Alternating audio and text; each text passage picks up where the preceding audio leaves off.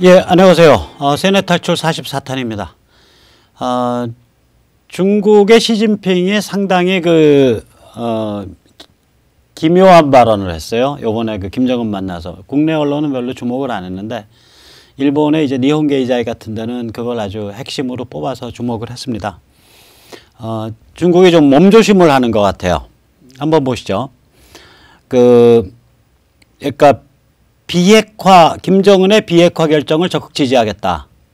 그리고 건설적 방향으로 기여하겠다. 이런 이야기를 했거든요. 그러니까 이제 국내 언론들은 그동안 해온 이야기들이 있어가지고 김정은과 시진핑 사이에 어떤 굳건한 라인업이 되고 그 라인업이 미국을 압박한다는 식의 그런 논조를 쭉 해왔기 때문에 이거를 주목을 안 했는데 일본 언론들은 이걸 주목을 하더라고요.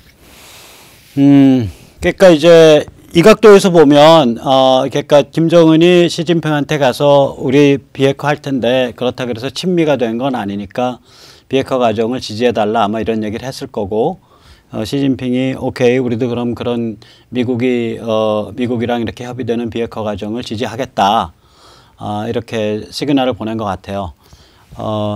그리고 이제 체면은 챙겨야 되니까 이제 미국 쪽에다 대고는 빨리빨리 경제 봉쇄 같은 거 좀 풀어주고 그 상응하는 조치들을 좀 빨리 해달라 뭐 이런 압력을 넣겠죠. 그런데 이게 실제로 과연 압력일까라는 그런 저게 좀 있습니다. 이게 왜 그러냐면 어저께도 잠깐 말씀드렸는데 이게 이제 미국과 중국 간의 지금 마찰을 관세 전쟁이라고 테리프워라고 불러요. 근데 이게 가만히 내용을 들여다보면 무역 전쟁 혹은 관세 전쟁이 아니라 무역 보복 혹은 관세 보복이에요. 일방적이에요, 미국이. 예, 한번 보시죠. 제가 어저께 지방 출장이 잡혀 있는 데다가 몸이 좀 안 좋았는지 요새 이빨을 뺐거든요. 헷갈려가지고 갑자기 콩을 뭐 이렇게 뺑뺑 잡아 돌리면서 마치 중국이 미국에 콩을 수출하는 것처럼 엉터리로 말을 했어요. 등장하는 데는 4개죠. 미국, 중국, 그 다음에 브라질, 유럽. 원래는 이런 식의 콩무역이거든요. 미국산 콩이 중국으로 가요. 그리고 브라질산 콩이 유럽으로 가고요.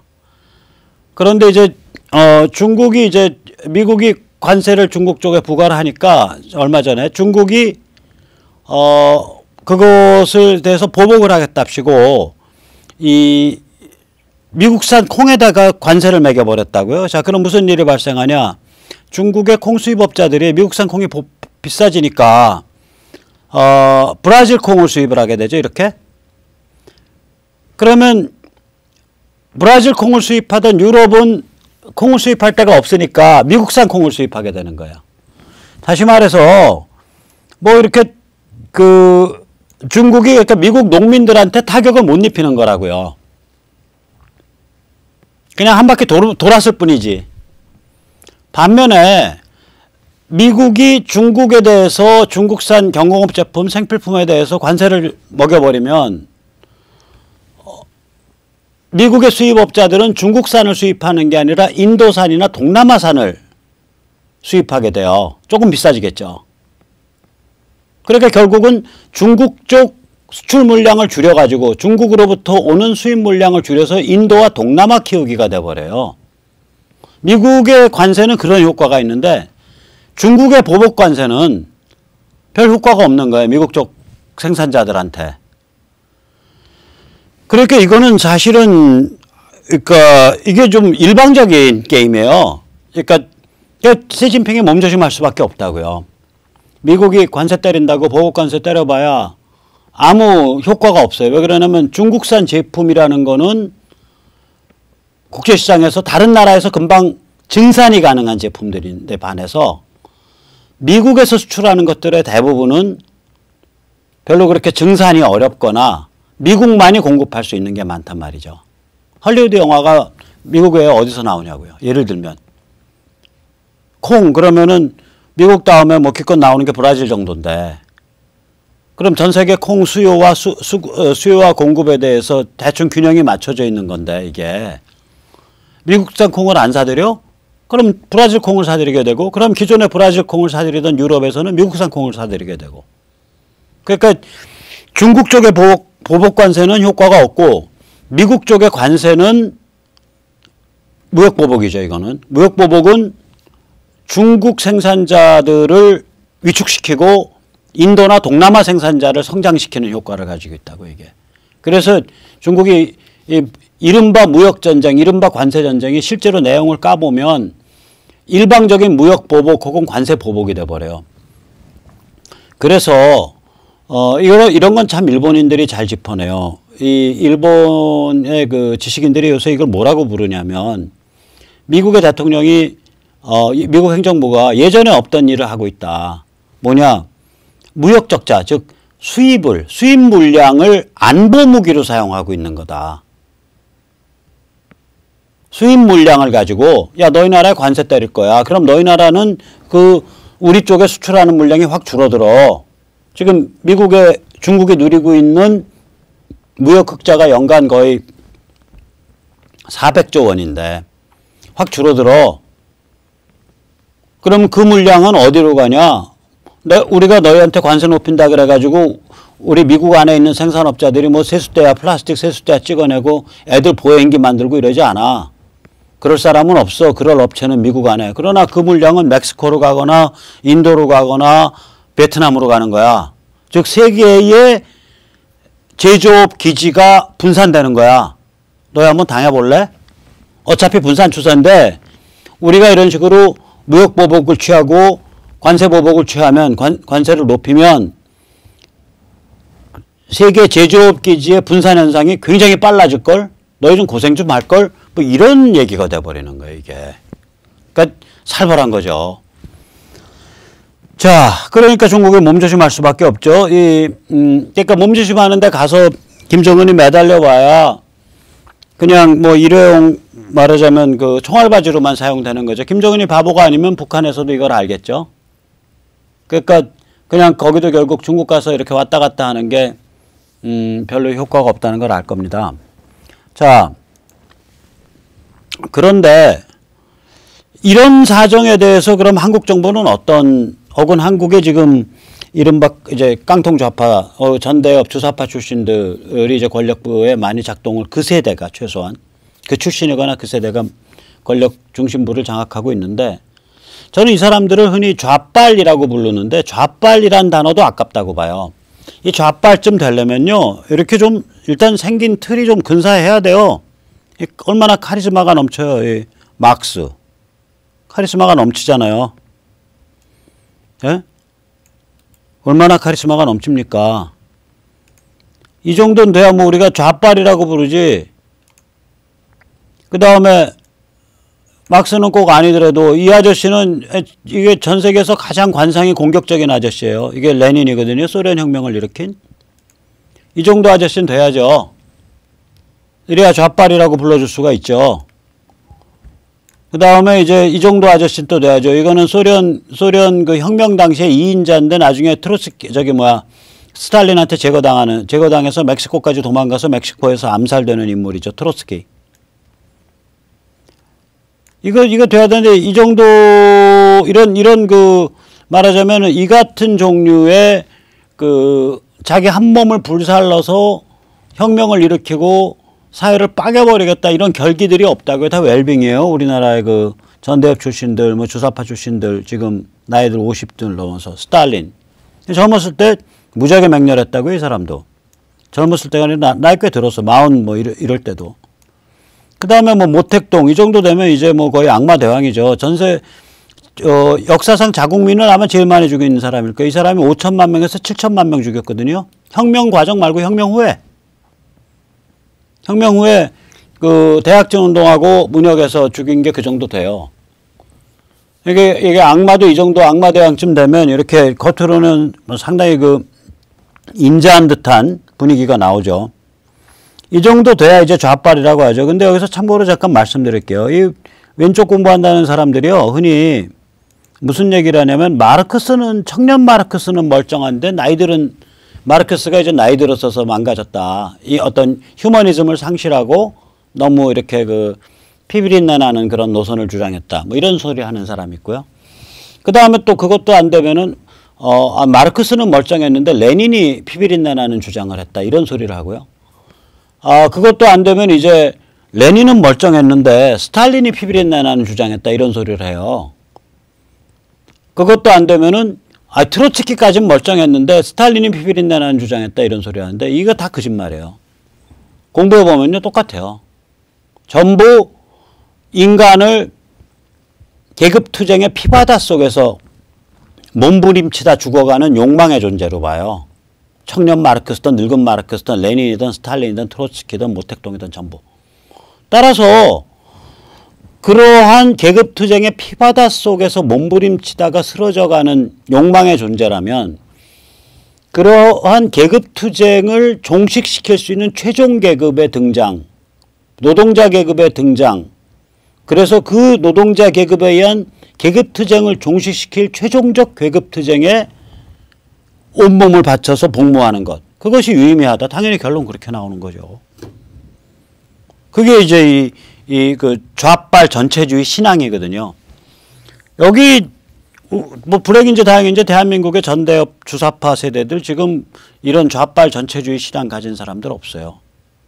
제가 보는 한에서는 없어요. 그 정도까지는 안 가 있다고요. 그냥 다 웰빙이에요. 다 배불러요. 그럼 이 사람들 뭐냐? 이건 전빨이에요. 전체주의 빨대. 그러니까 이 전빨의 멘탈은 이거죠. 대량학살 전체주의 사교도 오케이. 아니 조국이 자기 썼잖아요. 그 저기 어디더라 그때가 저기 어디야 북한을 교류와 협력의 파트너라고 분명히 자기 책에서 그렇게 썼는데 이 사람들 맨날 그 얘기 하잖아요. 그러니까 지금의 북한의 대량학살 전체주의 사교체제를 우리 민족끼리 파트너로 생각을 한다고요. 이 사람들이. 결국은 대량학살 전체주의 사교체제의 협조자, 콜라보레이터, 콜라보 혹은 옹호자, 애드보키트죠. 결국 무슨 얘기냐. 이게 저 아우슈비츠에서 이제 가스실에 처형대로 끌려가는 거 기다리고 있는 아줌마들 사진이거든요. 그 목욕한 나가면 죽는 거예요. 왜? 가스실이니까. 이런 거랑 진배 없다. 북한 체제라는 게. 라고 유엔 인권 보고서가 얘기를 했다고요. 그러면 이거를 옹호하거나 이거를 도와주지 못해서 안달난 사람이잖아요. 결국은 그렇게 되는 거 아니에요. 냉정하게 얘기하면. 그 다음에 이거 한번 보세요. 이거는 저기 캄보디아 킬링필드 아니에요. 전 국민의 한 4분의 1 정도를 한 3년 사이에 죽였죠. 총알이 아깝다 그래가지고 총알이 아깝다 그래서 저걸로 죽였죠. 어떤 데는 비닐봉지 씌워갖고 질식사 시켰죠. 그리고 애들은 어린애들 같은 경우 1살, 2살, 3살짜리 애들은 거꾸로 들어가지고 이제 머리통 쪽을 바깥쪽으로 해가지고 이제 돌에다가 패댕이 쳐가지고 머리 깨뜨려서 죽이고. 그래서 전 국민의 한 4분의 1, 우리로 치면은 한 200~300만을 한 3년 사이에 죽였어요. 이게 킬링필드거든요. 그럼 북한은 좀 다를까? 북한은 전 국민의 한 30% 정도를 따지고 보면 지금 인구 기준의 한 30%에 해당한 600만에서 700만을 6.25 끝난 다음에 천천히 죽여왔다고요. 킬링필드랑 뭐가 다르냐고요. 근데 그게 우리의 교류와 협력의 파트너고 우리 민족끼리고 같이 얼싸안아야 되고 거기에 아무런 도덕적인 판단과 도덕적인 그게 없고 그러면 그냥 그런 태도야? 오케이. 그런 태도면은 전체주의 그럼 전빨이라 그래야지. 전체주의 빨대 맞네. 그거 도와주지 못해서 안달복달하고 거기에 협력하고 그걸 옹호하고 틈만 나면. 그럼 전체주의 빨대죠. 맞죠? 그게. 그래서 전빨이라고 전 불러야 된다고 봐요. 이게 좌빨이라고 부르면 상대방을 상당히 높여주는 꼴이 돼요. 그 상대방 그렇게 무슨 좌빨식이나 되냐고. 이건 전체주의 빨대다. 대량학살 전체주의 사교체제의 빨대다. 정확히 표현하면. 자, 그러니까 이제 이렇게 얘기하면은 이제 저 사람들 이제 레퍼토리가 딱 나오죠. 드립이 딱 나오죠. 야, 그럼 전쟁하자는 거야? 전쟁이야? 평화야? 골라봐. 이런 식으로 사람을 압박한다. 그럼 저는 그렇게 얘기하죠. 야, 그럼 모든 도덕 다 포기하고 전빨하자는 거냐? 전체주의를 단죄하거나 반대하면 전쟁광이냐? 야, 너 이순신도 공부 안 해봤냐? 예방전쟁을 불사해야 평화롭게 전환시켜. 평화롭게 무너뜨려. 이순신이 한 말이 뭐야? 사즉생, 죽음을 각오해야 산다.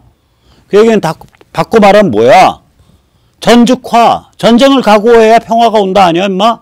일촉즉발 최대 압박이고 전쟁 불사 평화 전환이다. 그냥 하나만 잘못 건드리면 전쟁이 날 것 같이 그렇게 최대 압박을 해야 상대방을 평화스럽게 붕괴시켜가지고 자유민주주의와 세계시장을 향해서 전환시켜낸다. 방향전환을. 아니, 저는 이 정도 배짱이나 이 정도 관점은 가져야 되는 거 아니에요? 대한민국 사람이라면? 이런 그러니까 이제 근데 이런 게 전혀 이제 문재인 정부에 안 보이죠, 당연히. 뭐 기대도 많이 안 하지만 일단 안 보여요. 문재인이 이제 저기 어디야 러시아에 가서 북한은 러시아에 가기 전에 그러니까 가 직후든가 러시아의 방송사들이랑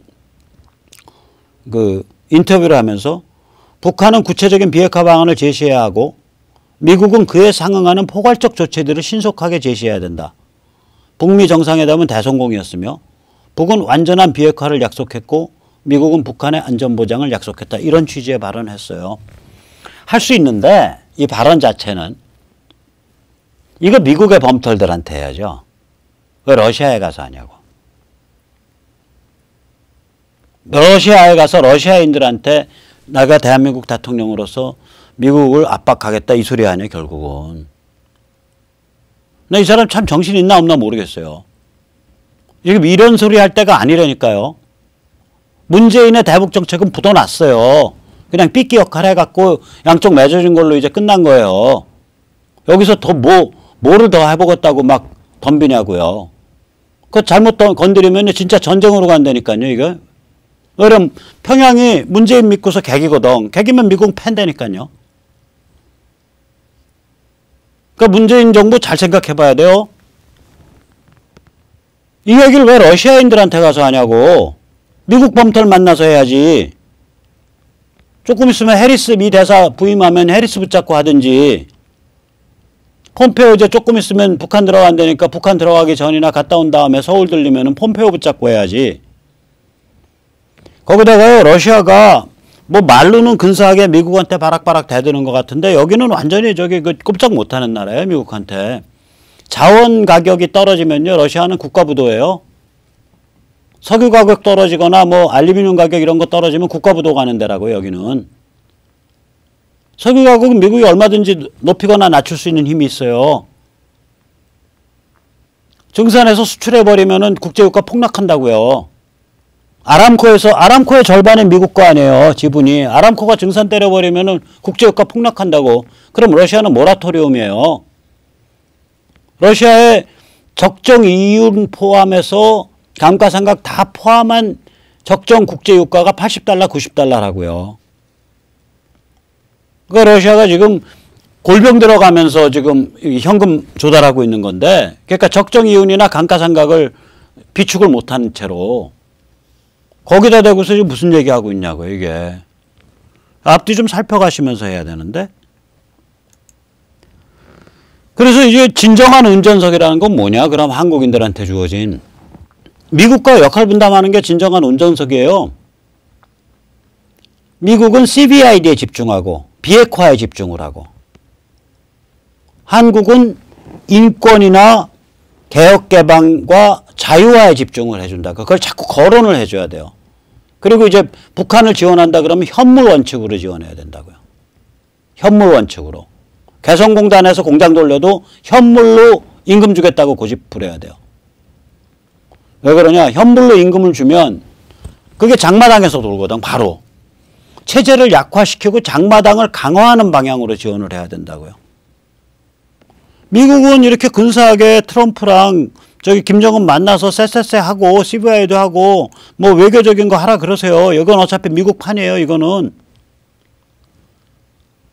대한민국의 정신과 대한민국의 원칙은 어디 갔냐고. 대한민국은 이걸 주장해야죠. 북한의 인권과 개혁개방과 자유화에 대해서 계속 짚어야죠. 여기는. 그래서 이거는 이런 걸 안 짚으면 이거는 전빨이다. 이건 전체주의 빨대다. 그냥 못 퍼져가지고 안달을 부린다고요. 그 전체주의 빨대죠. 우리야말로 그 전체주의 체제에 대해서 도덕적 판단을 해야 될 주체 아니에요. 우리야말로 그 전체주의 체제에 대해서 인간으로서 판단해야 될 주체인데 그거는 전부 국민들한테 그런 거 안 해도 돼. 그냥 개돼지가 돼도 돼 해놓고 그냥 우리 민족끼리 우리 민족스러운 개돼지끼리 살면 되라고 얘기하는 거는 혹은 우리 개돼지스러운 민족끼리 아니에요. 결국은 그럼 전빨이죠. 그러니까 문재인 전빨이란 소리가 나오는 거예요. 전체주의 빨대인가. 그 의심을 할 수밖에 없다고요. 그렇잖아요. 전체주의 체제에 대한 북한의 인권과 개혁개방과 자유화에 대한 단 한 번의 제대로 된 실천 혹은 언급을 하지 않았어요. 그 사람이 평생 동안 안 했을 거예요. 그러면 전체주의 빨대라 그래야죠. 방법이 없죠. 호치민 그 보면서 월남에 가서 베트남에 가서 베트남 공산혁명의 성공을 보면서 베트남의 통일을 보면서 희열을 느꼈다 이러니까 그러고 나서 보트 피플로 200만 쫓겨났고 200만 중에 100만 명이 바다 위에서 저기 갈증 혹은 해적한테 윤관 살해당했는데 그 100만 명의 해골 위에다 대고 희열을 느꼈다고 한 거랑 똑같은 얘기라고 이게. 그럼 전빨이죠. 사고방식이 전체주의 빨대란 소리예요. 자, 뭐 그 사람이 전빨이든 아니든 문제는 뭐냐. 대한민국은 원칙과 도덕을 찾아 나가야 될 거 아니에요. 그래서 이런 게 만들어져야 돼요. 앞으로. 북한 인권 및 시장 간화 영합. 이게 왜 그러냐. 지금 이제 길이 이렇게 될 거 아니에요. 김정은이가 주인공이 돼가지고 CVID로 가는 그런 국면이 있을 거고 그 다음에 10중 8구 그게 우당탕 콩당 자빠지고 북한에 새로 등장한 일종의 독재 범터 상류층에 의한 독재 체제가 주도하는 CVID 단계가 또 있을 거고 그 다음에 그것이 이런 장마당에서부터 단련된 민초에서 튀어나오는 요구에 의해서 결국 사실상 미국이 주도하는 국제사회의 임시행정기구 단계로 해서 본격적인 자유화와 개방, 개혁과 인권 개선이 이루어지는 그래서 자유민주주의와 저거를 향해서 세계시장을 향해서 끌려 나오는 그래서 북한 주민들 2,500만이 존엄한 당당한 개인으로 부활돼 나오는 그런 단계가 있을 거 아니에요. 이 단계가 순서로 펼쳐질지 세 번째가 그냥 앞에 그냥 와버릴지 예방전쟁 같이 거 통해서 혹은 두 번째 게 없이 김정은이 주도하는 척 하다가 그냥 우당탕 쿵탕해서 그냥 그 임시행정기구 국제사회가 주도하는 임시행정기구로 바로 들어가게 될지 이건 아무도 몰라요. 지금 어느 경우로 가든 북한에서 실제적인 인권 및 시장 강화가 일어나야 된다라는 데에서 그거를 감시하고 그 원칙 아래서 세계 모든 나라, UN 그리고 대한민국, 중국, 러시아의 움직임을 감시하고 거기에 대해서 요구하는 그런 종류의 국제적인 그런 조직체가 있어야 된다고요. Alliance for Open Market and Human Rights of North Korea. 만약에 문재인 정부가 이거 안 한다? 이거 대한민국 정부가 원래 해야 될 일이에요. 오케이? 그럼 우리 같은 자유시민과 우리도 미국에 다 저기 뭐야 그 교포들 다 있고 하니까 미국 시민, 오리지널 네이티브 아메리칸 또 미국의 정치인들 수산 솔티 같은 사람 북한 인권의 엄마라는 수산 솔티 통하면 미국 조야의 지식인과 정치인들 다 조직돼요. 그 다음에 이런 문제 같으면 일본도 바로 연락된다고요. 유럽 바로 붙이고 제가 엊그저께 그 보여드렸나? 이런 저기 동성애 할배도 붙이고 오스트레일리아 대법관까지 한 동성애 할아버지인데 마이클 컵인데 유엔에서 북한 인권 조사위원회를 이끌어서 거기가 나치 독일보다 더 흉악한 대량학살 사교체제다라고 규정을 한 백서를 만들었다고요. 그러니까 이게 이런 일종의 PC 좌파거든요.